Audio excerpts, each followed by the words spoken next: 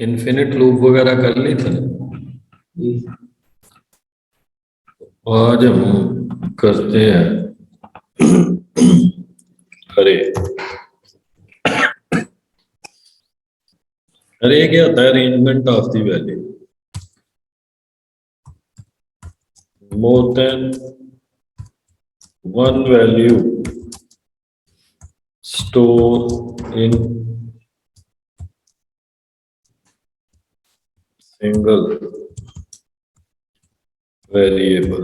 ठीक है, अभी तक जब भी हमने वेरिएबल में वैल्यू स्टोर की वो एक ही की। ठीक है ना, x इज इक्वल टू 10, बस x इज इक्वल टू 5। एक से ज्यादा वैल्यू अगर स्टोर करें एक वेरिएबल में तो उसको अरे बोलते हैं। ठीक है,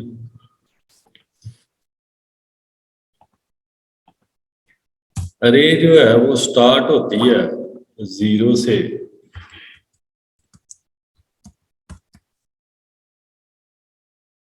अरे का इंडेक्स जो होता है,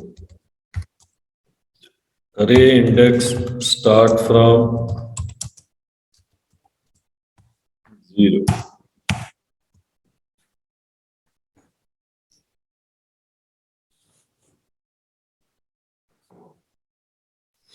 इसका सिंटेक्स क्या होता है?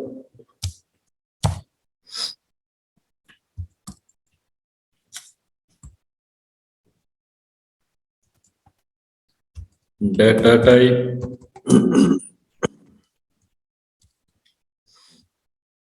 वेरिएबल और उसके साथ ये ब्रैकेट्स।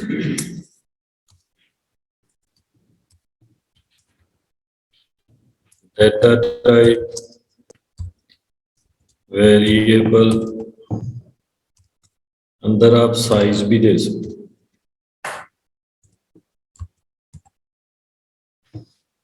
कि कितनी वैल्यू रखनी है, खाली भी छोड़ सकते।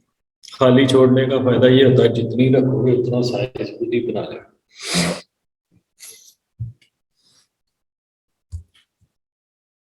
डेटा टाइप वेरिएबल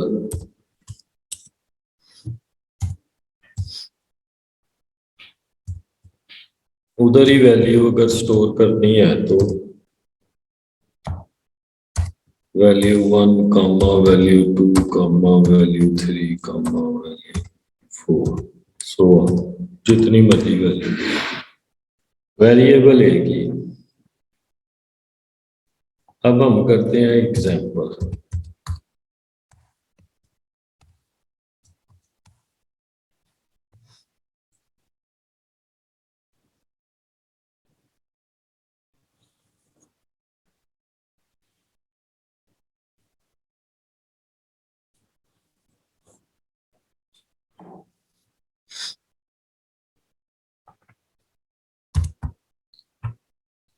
अपना एडिटर खोलते हैं।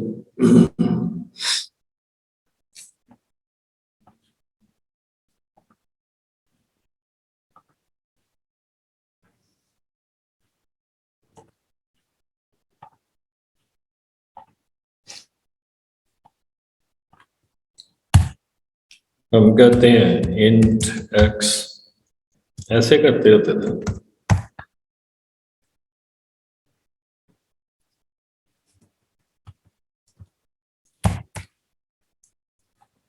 अब हम उसे कहते हैं इंट एक्स ठीक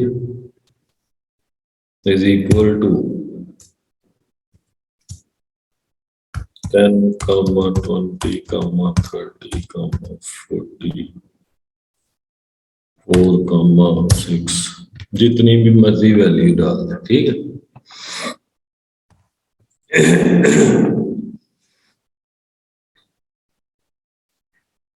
अब ये देखें कि ये हम जब एक वैल्यू लेते थे तो तब भी हम उसे कहते हैं सी आउट एक्स, तो क्या करता था?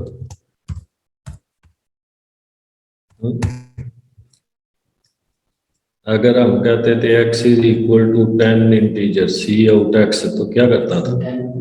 10 प्रिंट करते थे। अब x ज्यादा है, अब क्या करेगा? तो वो प्रिंट तो करेगा, लेकिन मेमोरी के अंदर ये जिस जगह पे उसने रखा हुआ ना, उसका एड्रेस दे देता। क्योंकि वो जब वैल्यू देखता ना, वो कहता है एक नहीं है, एक से ज्यादा है। प्रोग्रामर ने अरे बनाई, लेकिन उसने मुझे कहा कि प्रिंट एक्स, ये नहीं कहा कौन सा एक्स। तो फिर उसने सारे एड्रेस दे दिया कि इस एड्रेस पे पढ़ा जो भी पढ़ा।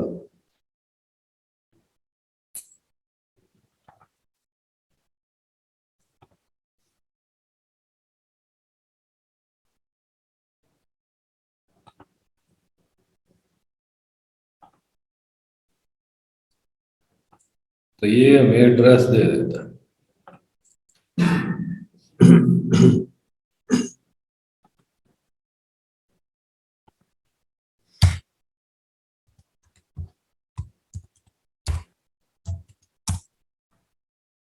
अगर हम उसको कहते हैं कि एक्स, कहता कौन सा, हम उसे कहते हैं ये वाला, कौन सी वैल्यू देगा? क्यों? क्योंकि हमने इधर पढ़ा है कि ये स्टार्ट किधर से होती है? जीरो से।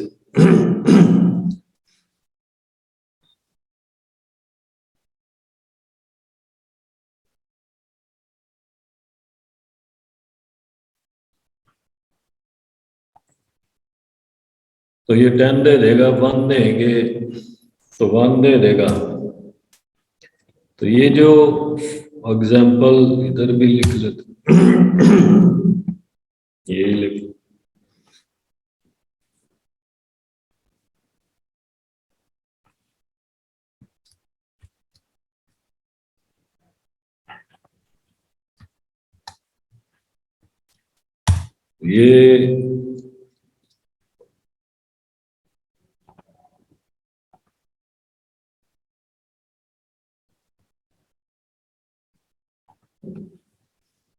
ये हमारे पास पहली वैल्यू है 10।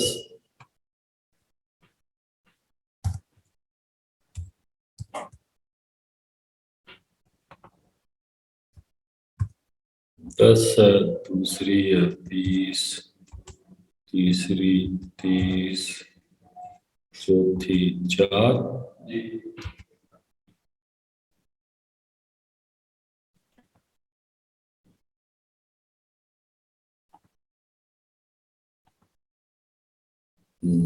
5,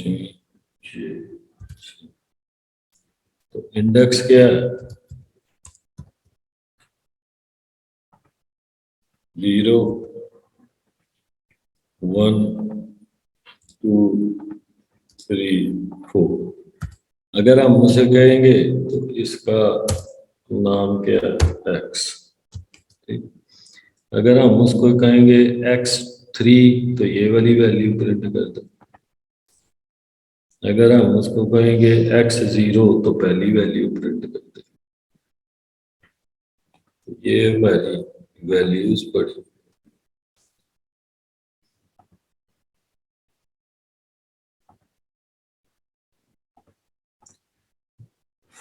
और वो इंडेक्स, ये एग्जांपल। और अब हम अगर इसको चलाते हैं,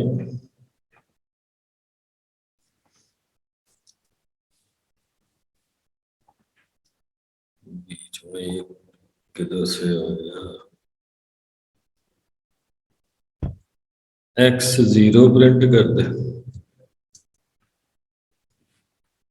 तो वो x0 प्रिंट कर दे 10।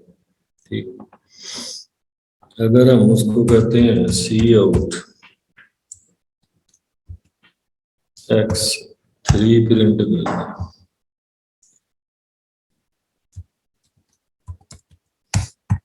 तो वो x3 प्रिंट कर दे 10 और 4। ठीक।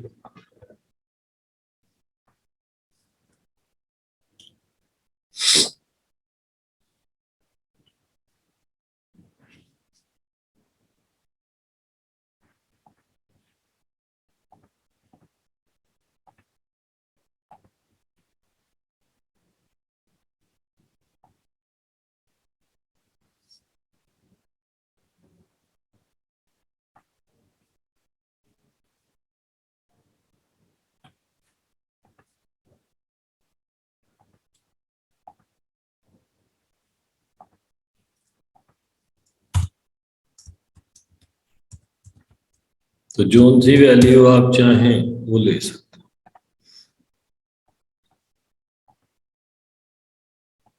सारी उठानी है तो लूप चला लो।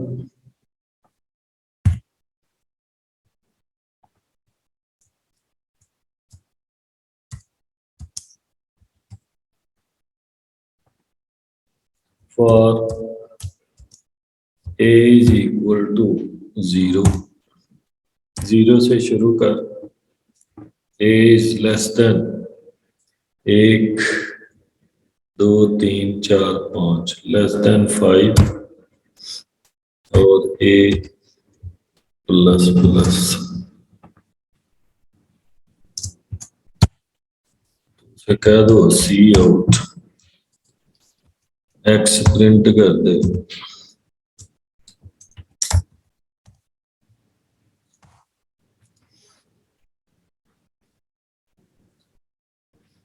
कौन सा एक्स? ए। पहले ए की वैल्यू 0 होगी, ये एक्स 0 बन जाएगा, तो पहली वैल्यू उठाएगा, फिर 1 प्लस करेगा एक्स 1 बन जाएगा, ये वाली वैल्यू उठाएगा, फिर 1 प्लस करेगा एक्स 2 बन जाएगा, ये उठाएगा, फिर 1 प्लस करेगा ये एक्स 3 बन जाएगा, इधर वो 3 लगा देगा तो चौथी वैल्यू उठा लेगा, फिर 1 प्लस करेगा तो एक्स 5 हो जाएगा, तो ये वाली वैल्यू उठाएगा, तो 1 प्लस हो चुका है तो वो फिर कंडीशन फॉल्स हो जाएगी तो बाहर चला जाएगा।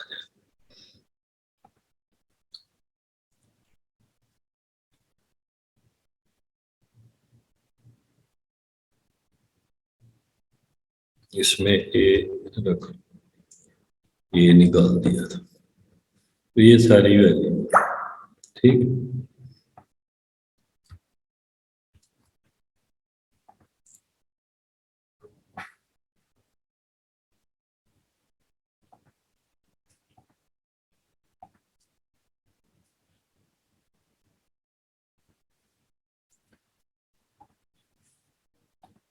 कितनी असाइनमेंट हुई थी?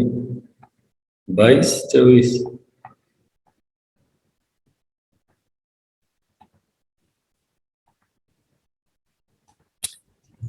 हैं?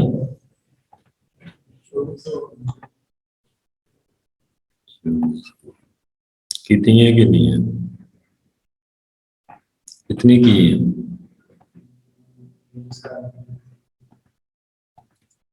सारों ने 20-20 कर ली। अली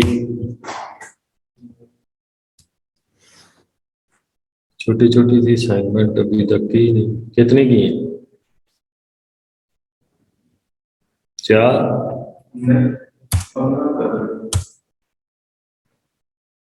हाँ सिकंदर याद वजह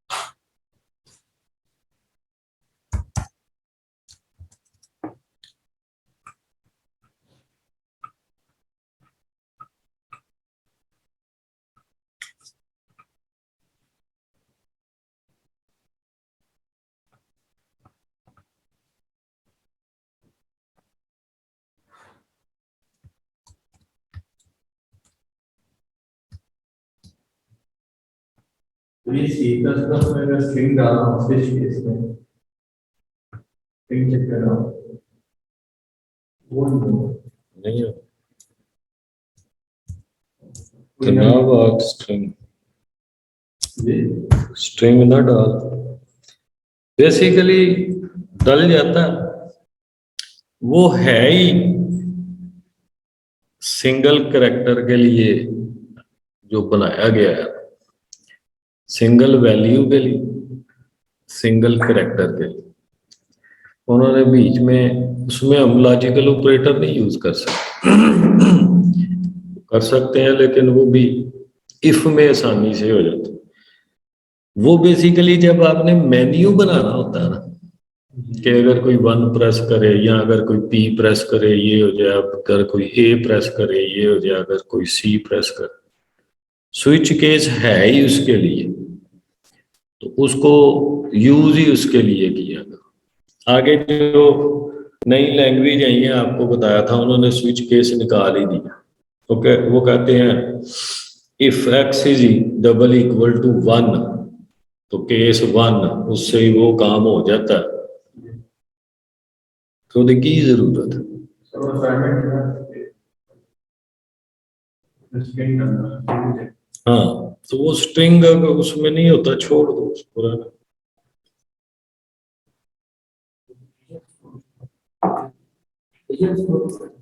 जो ये जो विद्यार्थी कोई कर दोनों पे अलग आएगा, एक हम कर कोई नाम नहीं कर सकता, कोई फेवरेट कर तुम्हारे ये नाम फेवरेट कलर वो तो हमने अपना एक सिंगल करेक्टर है, वो तो आराम से हो जाएगा। आर कोई प्रेस करे तो रेड करे, तो उसमें रेड पूरा थोड़ा ही लिखना, मतलब हमने कहना कि अपना नाम लिखो, आप यूजर ने अपना नाम लिख दिया, हमने कहा कि इसमें से कोई करेक्टर प्रेस करो, RGPRY। अगर किसी ने वाई प्रेस कर दिया तो वो नाम उसने ऐड कर दिया हुआ, तो वो कहे your name is this and your favourite colour is, उसने वाई प्रेस किया येलो। अगर कोई आर प्रेस करे तो रेड। वो तो है ही सिंगल करेक्टर के लिए। वो तब आपको होगी जब आप कहें कि एंटर कलर नेम, तो किसी ने लिखा रेड, चाहे कैपिटल में चाहे स्मॉल में चाहे स्टैंडर्ड में, या एक पे सेट कर लो स्मॉल में लिखा रेड, तो वो तब स्ट्रिंग को चेक करने की जरूरत पड़ेगी जब हमने उसको चेक किया आर पे करवाया हुआ।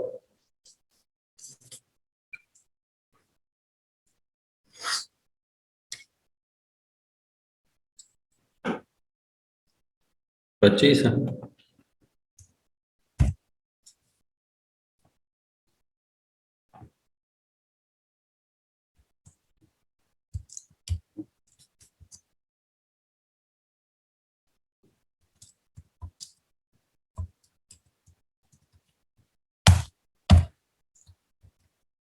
तो इसको जो है ना वो आपने 7 नंबर भी प्रिंट करवा।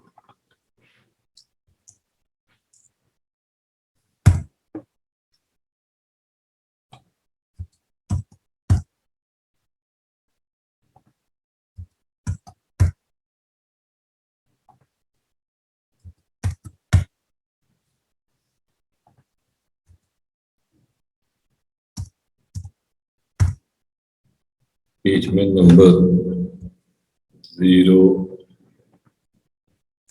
1 2 3 4 दोबारा करना है इसको।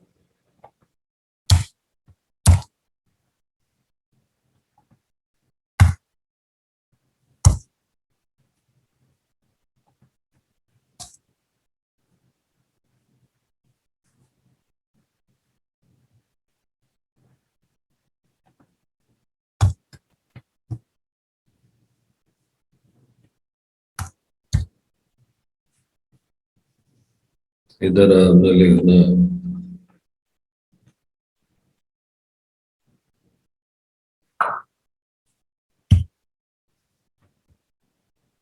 V1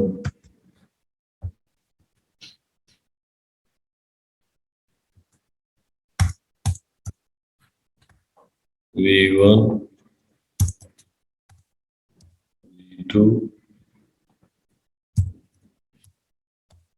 3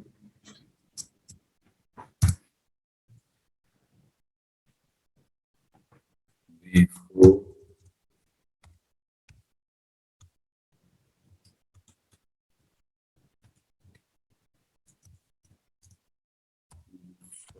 ठीक है 2700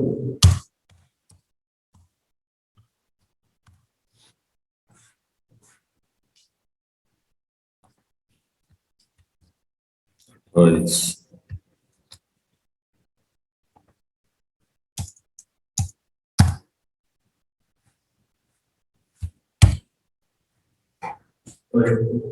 हम्म 27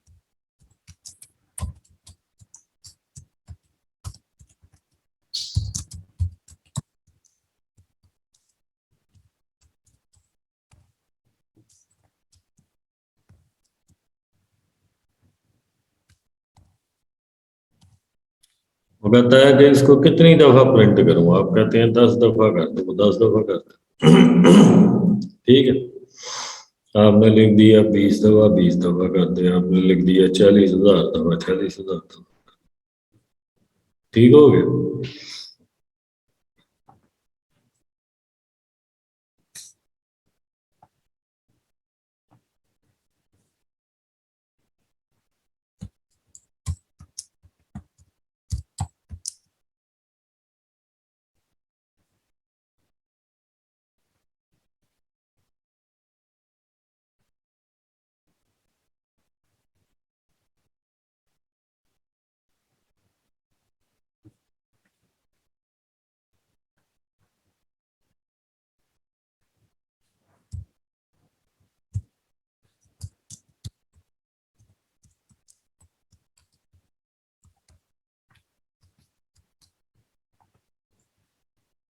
इसी तरह से आप मसलन से कह सकते हैं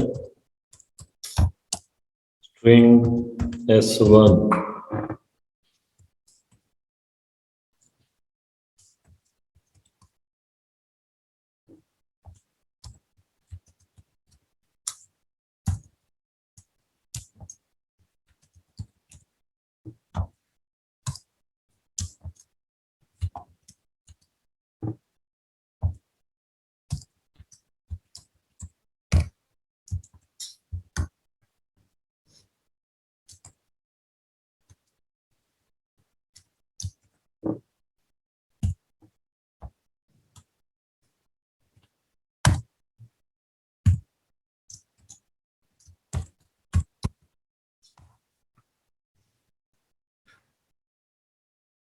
तो इधर उधर कह दो 5 1 2 3 4 5 1 2 3 4 उसे कह दो कि प्रिंट कर दे S1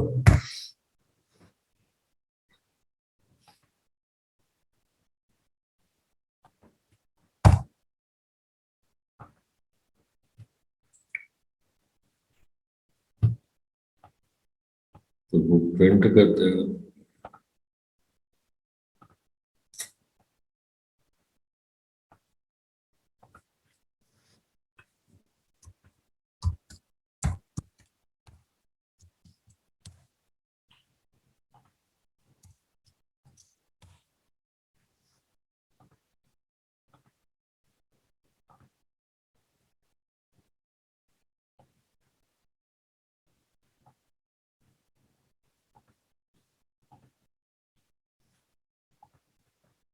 अगर कोई स्पेसिफिक वैल्यू उठाना चाहते हो तो सिर्फ वो लिख दो वो उठा दो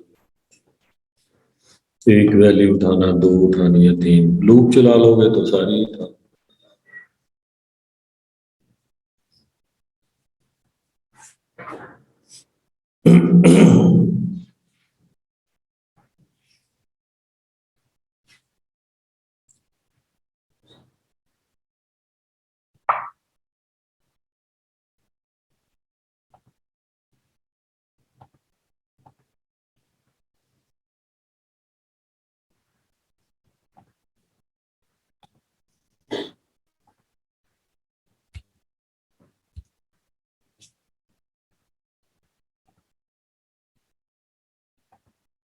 ये साइट का फीचर थी, बड़ी अच्छी साइट है, बहुत सिंपल से नोट्स इसके होते हैं, तो मुश्किल नहीं होते हैं।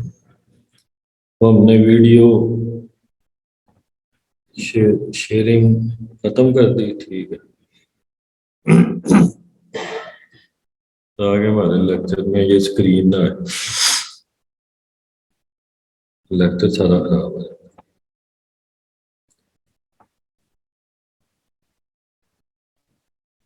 अच्छा, मैंने क्या ढूंढ रहा था।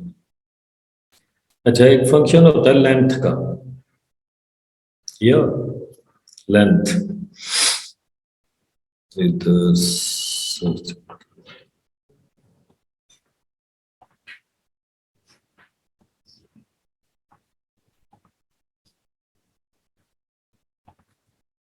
तो पाइथन वाले कहते हैं कि हमारे पास वेरिएबल होता ही नहीं, जो आप वेरिएबल लेते हो वो भी एक ऑब्जेक्ट ही होता है,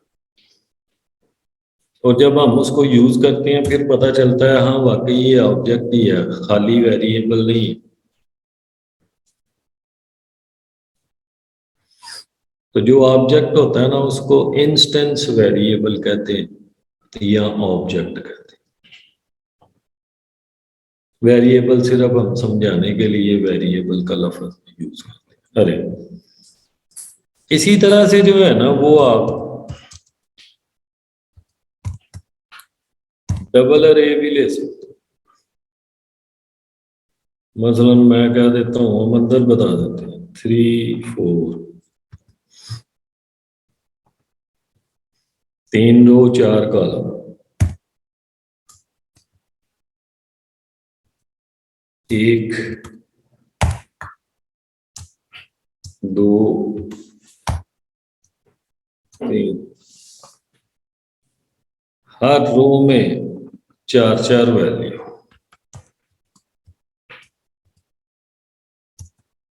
कॉमन 4 इसमें, 4 इसमें, 4 इसमें,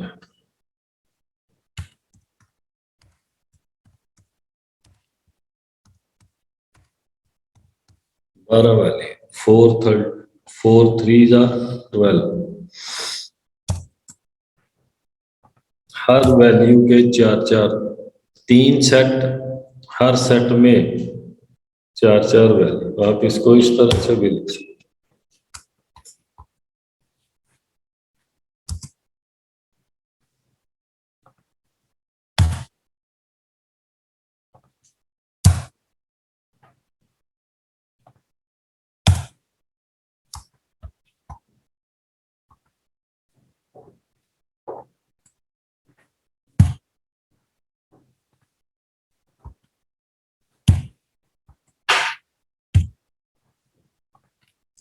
1 2 3, हर एक में 4 4 वैल्यू, टोटल 12 वैल्यू इसमें रख सकते हैं। सबसे पहली वैल्यू जो है, ये लाइन है 0, ये 1 है, ये 2 है, ठीक है। और ये 0 1 2 3, 0 1 2 3, 0 1 2 3, ये देखो कि मैं उसे कहता हूं सी आउट, एक्स प्रिंट कर दो, ये इसको रख लो ना, वाई, एक्स ऊपर है, वाई प्रिंट कर दे, कौन सा, इसका क्या मतलब है।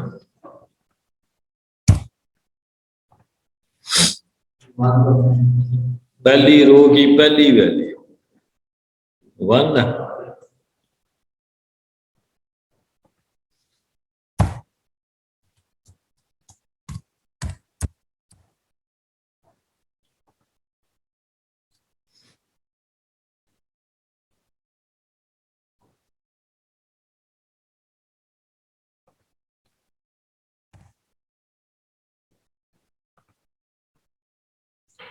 पहली रो की पहली वैल्यू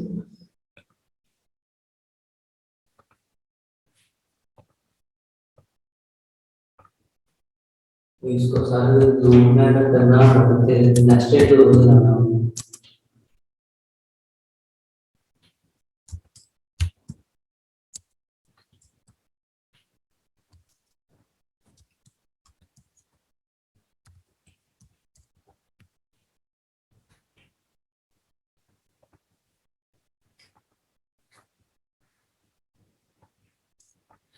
हाँ नेस्टेड दो डबल जो हो गया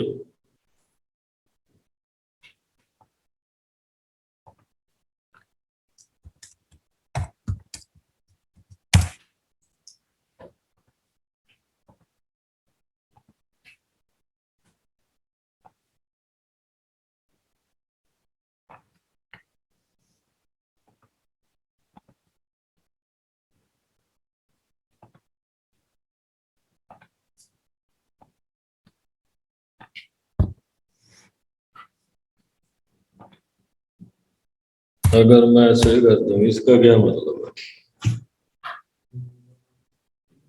चार पहली रो की चौथी वैल्यू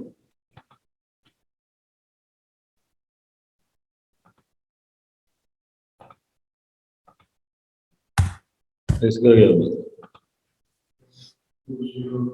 तीसरी रो की चौथी वैल्यू तीसरी रो की चौथी वैल्यू याद रखना है ये नहीं बोलना कि जीरो से शुरू होती है तीसरी रो की चौथी value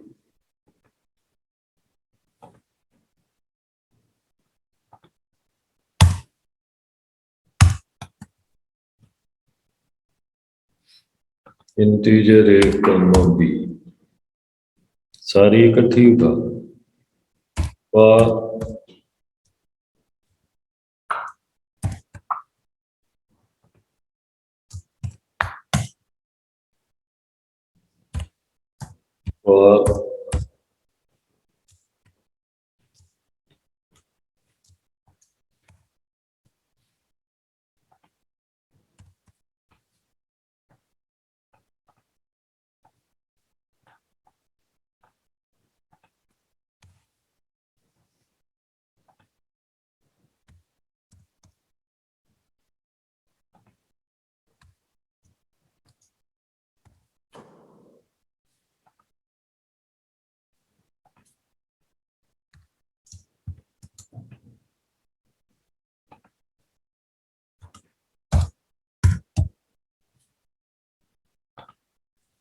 b is less than 4 b plus plus a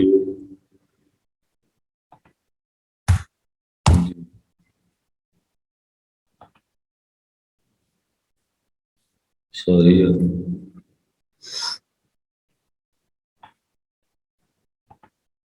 ये मल्टीप्लाई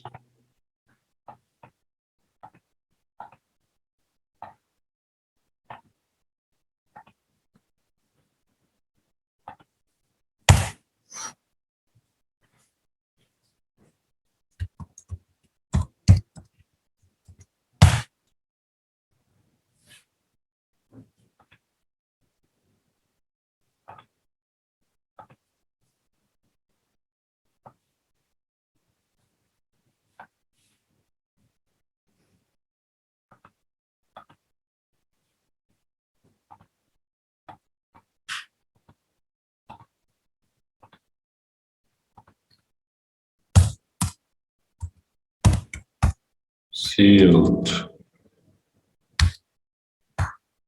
a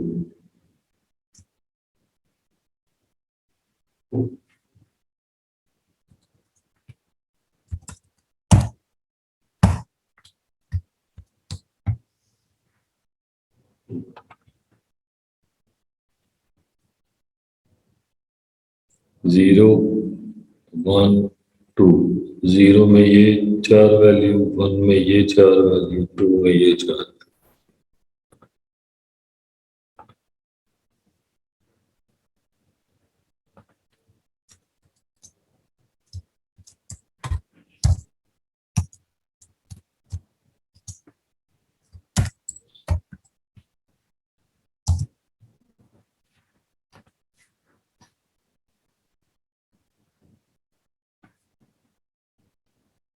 ये आपकी वैल्यूज है। आपकी असाइनमेंट है, आपने लिखना लाइन 1 में ये या लाइन 2 में ये या लाइन 3 में ये, ठीक है। वो तो इंडेक्स है ना, 0 1 2 है, तो लाइन 1 2 3 है ना हमारे लिए।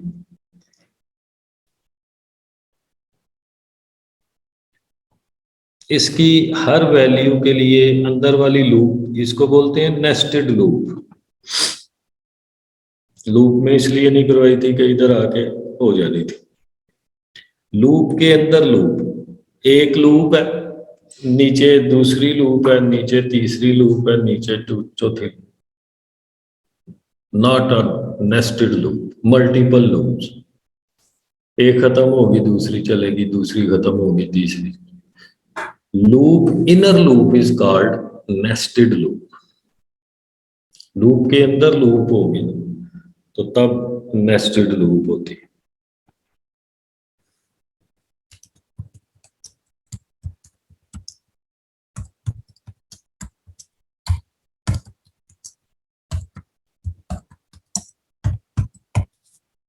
नेस्टेड लूप होती है। अंदर वाली लूप बाहर वाली लूप की हर वैल्यू के लिए पूरा चलती है। ये देखो कि जब ये 0 पहली वैल्यू के लिए लूप बॉडी में जाएगी, वो बॉडी में देखेगा कि बॉडी के अंदर भी लूप है, तो जाहिर है इसको जब तक पूरा नहीं करेगा तो वापस तो नहीं ना आए। जब इसमें एक प्लस करके फिर बॉडी में जाएगा, देखेगा बॉडी में तो फिर लूप है, तो इसको पूरा ही करेगा। असूल वही है कि उसने हर वैल्यू के लिए ये बॉडी पूरी करनी है। अगर उसमें लूप नहीं है, सिर्फ लिखा हुआ है प्रिंट पाकिस्तान, तो पाकिस्तान लिख के वापस चला जाएगा। जब अंदर भी लूप है तो प्रिंट पाकिस्तान लिख के फिर उस लूप को भी चलाएगा, फिर वापस जाएगा। इसकी हर वैल्यू के लिए ये पूरा चलती है। ये 0 0 1 0 2 0 3 0 4 1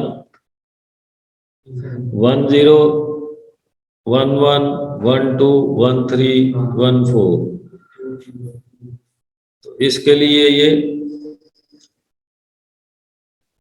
अगर इसको भी नीचे लिख दोगे तो वो क्या करेगा, ये देखो कि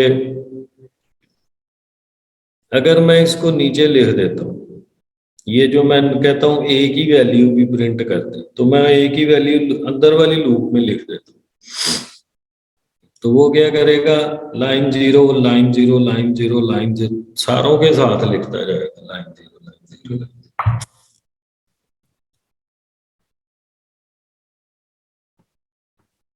मैं जैसे 0 1 0 2 ये 0 1 0 2 0 3 0 4, मसलन इसको हम, ये मैं इधर ले गया, यही है ना, इसको पहले इधर ले,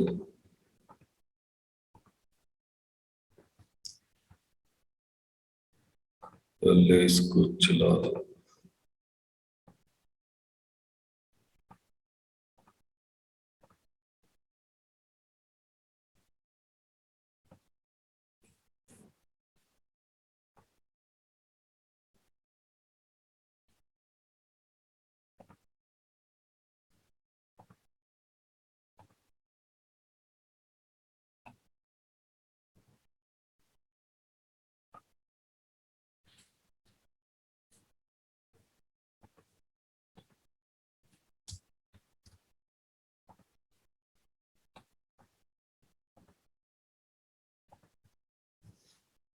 अगर मैं इसको इधर से उठाते हैं तो इधर लिख दो,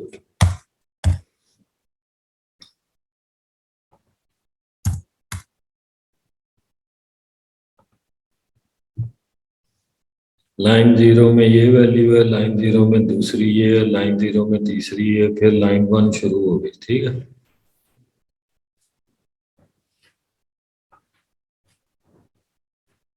इस तरह मर्जी प्रिंट करो।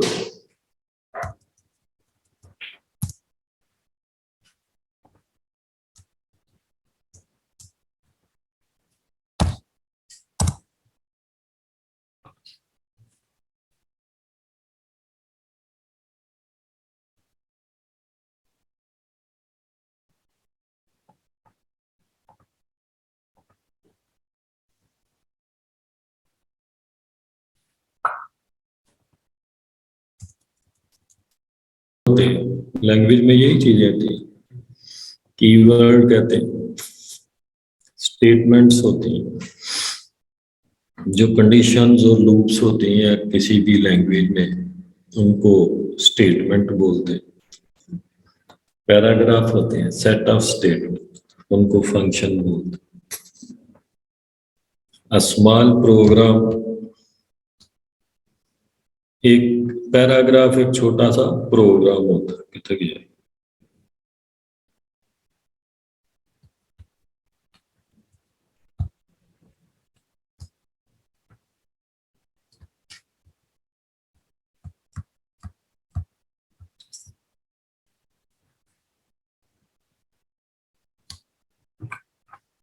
ठीक है, इतना तक की तरह।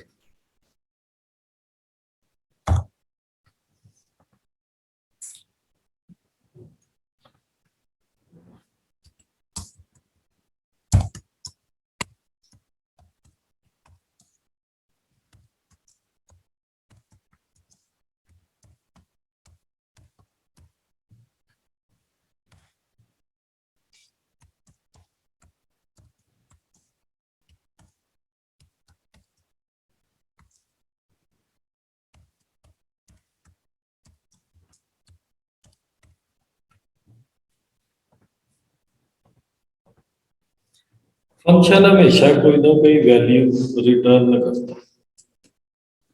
जैसे हमने सी इन, सी आउट, इस तरह के फंक्शन यूज किए। ये देखो कि जब हम, पहले आपको शायद बताया हो,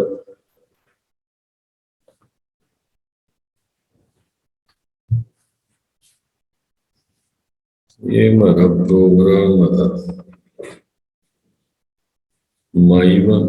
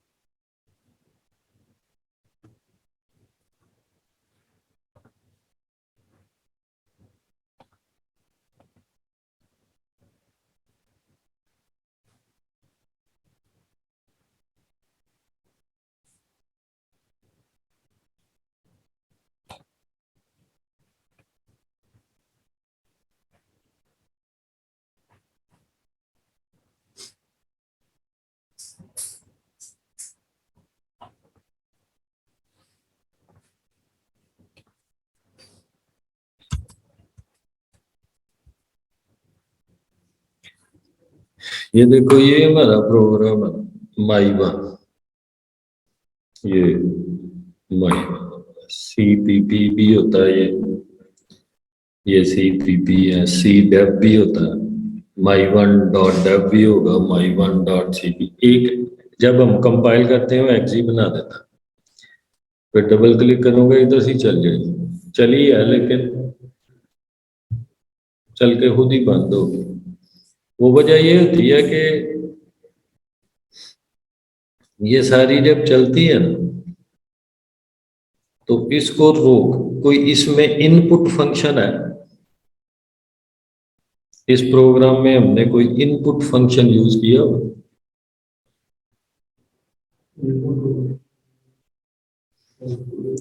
इनपुट से क्या होता है, ये जब चलाएंगे कोई रुकेगा नहीं, सिर्फ रिजल्ट देगा। अगर मैं कहीं इधर इनपुट फंक्शन डाल देता हूं कि सी इन के वैल्यू कीबोर्ड से इन की, तो उधर रुकेगा। तो जब ये हर प्रोग्राम को जब हम कंपाइल करते हैं तो उसका एक्जी फाइल बना देता है। एक्जी फाइल क्या होती है? सॉफ्टवेयर इंस्टॉल कर दे, कौन सा ज्यादा सॉफ्टवेयर, जो कौन सा फाइल का नाम रखा होता है उन्होंने ज्यादातर, जो जिस पे डबल क्लिक करें तो सॉफ्टवेयर इंस्टॉल होना शुरू हो। जब आप सॉफ्टवेयर का फोल्डर खोलते हैं उसमें एक फाइल होती है, सेटअप होती है। आपको पता होता है ये चलेगी, वो एक्सी फाइल होती है या कॉम।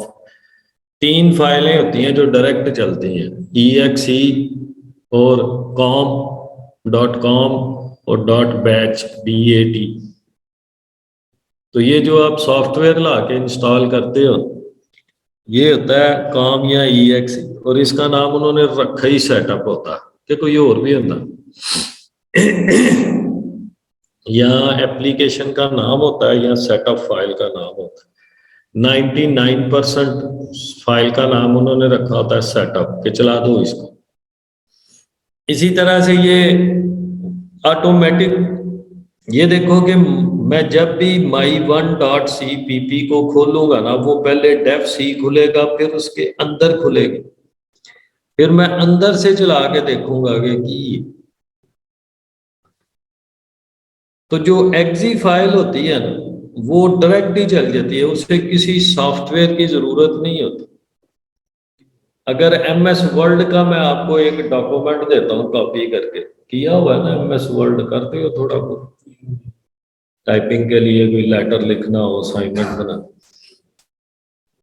तो जब आप उसको अपने सॉफ्टवेयर अपने कंप्यूटर पे जाके USB को लगा के अपने कंप्यूटर में उसको कॉपी करके उस पर डबल क्लिक करोगे, वो क्या करेगी, वो डॉक्यूमेंट क्या करेगा, खुल जाएगा। अगर आपके कंप्यूटर में MS वर्ड हुआ तो वो खुद वो नहीं खुलेगा। क्या होता है, जब आप उस पर क्लिक करोगे तो क्या खोलेगा, पहले वो अपने से रिलेटेड सॉफ्टवेयर ओपन करेगा, पहले MS वर्ड खुलेगा, फिर उसमें खुलेगा। अगर आपके कंप्यूटर में MS वर्ड नहीं है, वो कहेगा ये फाइल नहीं खुल सकती। फाइल तो सही है। जब आप किसी मूवी पे, वीडियो पे क्लिक करते हो, क्या करता है, खुद चलता है, वो फाइल खुद चलती है। अगर प्लेयर ही ना होगा तो चलेगी, तो खुद कैसे चली। पहले वो आपके कंप्यूटर में ढूंढेगा मेरे से रिलेटेड सॉफ्टवेयर है, तो वीडियो से रिलेटेड सॉफ्टवेयर कौन सा होता है, प्लेयर। कोई भी प्लेयर हो, जैसे VLC प्लेयर आप ज्यादातर यूज करते हो, वो ढूंढेगा कोई प्लेयर है। जब विंडो इंस्टॉल करते हैं, विंडो का प्लेयर इंस्टॉल होता है। तो जो एग्जीक्यूटेबल फाइल होती है, उसको किसी सॉफ्टवेयर की जरूरत नहीं होती, वो डायरेक्ट चलती है। तो ये my1 की एक एक्जी फाइल भी बन गई। एक्जी फाइल की शक्ल इस तरह से होती है, ये ब्लू कलर का छोटा सा बॉक्स होता है। ये डेव की फाइल होती है पर्पल कलर की, ये जो है ये लिखा हुआ है, ये CPP की फाइल है। इसको मैं चलाता हूं तो ये, इसने my1 को मैं चलाऊंगा, इधर देखो, तो ये डायरेक्ट चला के बंद कर देता, क्योंकि इनपुट फंक्शन नहीं है, खड़ा नहीं होता। इधर वैसे ही डाल दो सीन,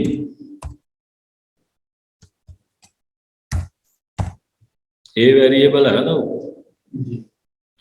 अगर अब मैं इसको चलाऊंगा तो ये एंड पे आके खड़ा हो गया, एंटर करूंगा तो फिर आगे जाएगा, या इधर से क्लोज करूंगा, या कोई चीज ऐड करके एंटर करूंगा, फिर इनपुट फंक्शन है।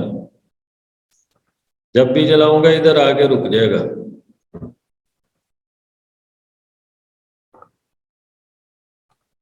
रुक गया, डायरेक्ट चला ना, सारा कुछ बंद कर,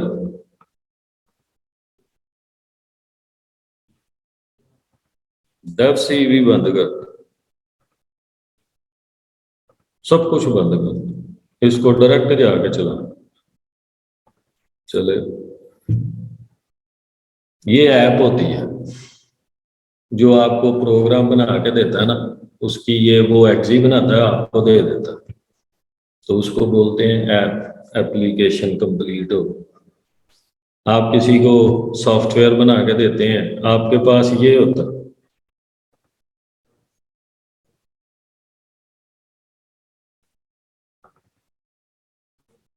आपके पास ये होता, उसको तो नहीं ना आपने ये देना होता, उसका क्या तल्लक है इसके साथ, उसको तो चलने वाली चीज चाहिए। तो ये एक्जी बनानी नहीं पड़ती, जब हम इसको कंपाइल करते हैं खुद ही बना देता है। आपके हमारे हर प्रोग्राम की उसने एक्जी बनाई है, ये पीछे ये डी डी एफ एच जितने भी हैं।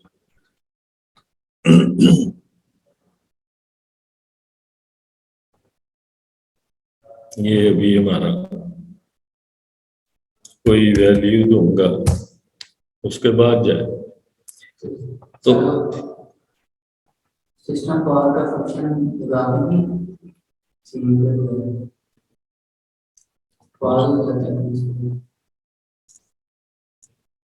कोई भी प्रोग्राम को रोकना हो तो इनपुट डाल दोगे, उधर आके रुक जाएगा।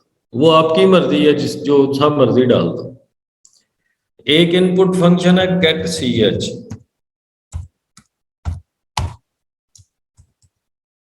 ये एक करैक्टर लेता है, जब तक एक करैक्टर ना इसको दो आगे नहीं जाने देता। ये भी इनपुट फंक्शन है, सी इन भी इनपुट फंक्शन। सी इन में फैसिलिटी है कि वो स्ट्रिंग भी ले लेता है, इंटीजर भी ले लेता है, फ्लोट भी। ये सिर्फ करैक्टर लेता है और सिर्फ एक लेता है, इसको दोगे आगे चला जाएगा।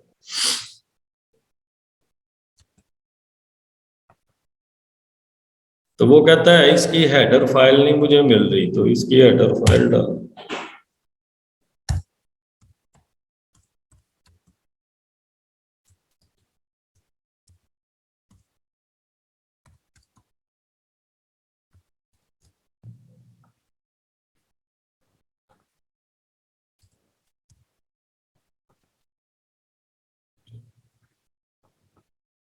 तो ये अब इनपुट हमने सी इन तो बड़ी वैल्यू ले, ये एक ही करैक्टर प्रेस करेंगे तो आगे चला जाएगा। गेट सी एच क्या करता है, गेट गेट एक करैक्टर लेता है बस। ये देखो कि मैं इसको चलाता हूं, दो फंक्शन होते, मैं लिख कोई भी करैक्टर, मैंने पी प्रेस किया लेकिन इधर नजर नहीं आया। आप इधर नीचे लिख सकते हैं प्रेस है नहीं